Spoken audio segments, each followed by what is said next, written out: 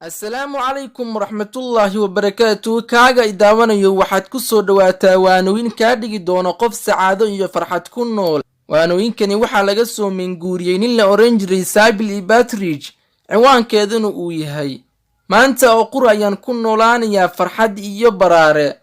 Haddaba ku soo dhawow. Dadka badankiis waxa ay ku waabariisanayaan farxad iyo raynrayn. Haddii sidaan niyadoodu saafi ka dhigtaan qalbigooda, sacaadadu waxa ay ka imaanaysaa qofka gudihiisa ee ma ahan waxa dibaddiisa kaga imaanaya. Maanta oo qura ayaan iswaafajinayaa naftayda dhacdooyinka jira, iskuna shuqlin maayo rabitaankayga iyo shay kasta oo kale. Waxaana ku raali noqonayaa ehelkayga, shaqadayda, nasiibkayga iyo waxa Ilaahay uu ii qoray. Maanta oo qura ayaan ku dadaalayaa dhisidda jirkayga, waan dhowrayaa, waan laylinayaa, waan quudinayaa mana dayacayo, waxaana ka dhigayaa aalad gacantayda ku jirta. Maanta oo qura waxaan isku dayayaa inaan caqligayga idbiyo, waxaana aqrinayaa casharo u baahan dadaal weyn, waxaana ku dadaalayaa inaan si fiican u fahmo, waxaana baranayaa wax nafci leh.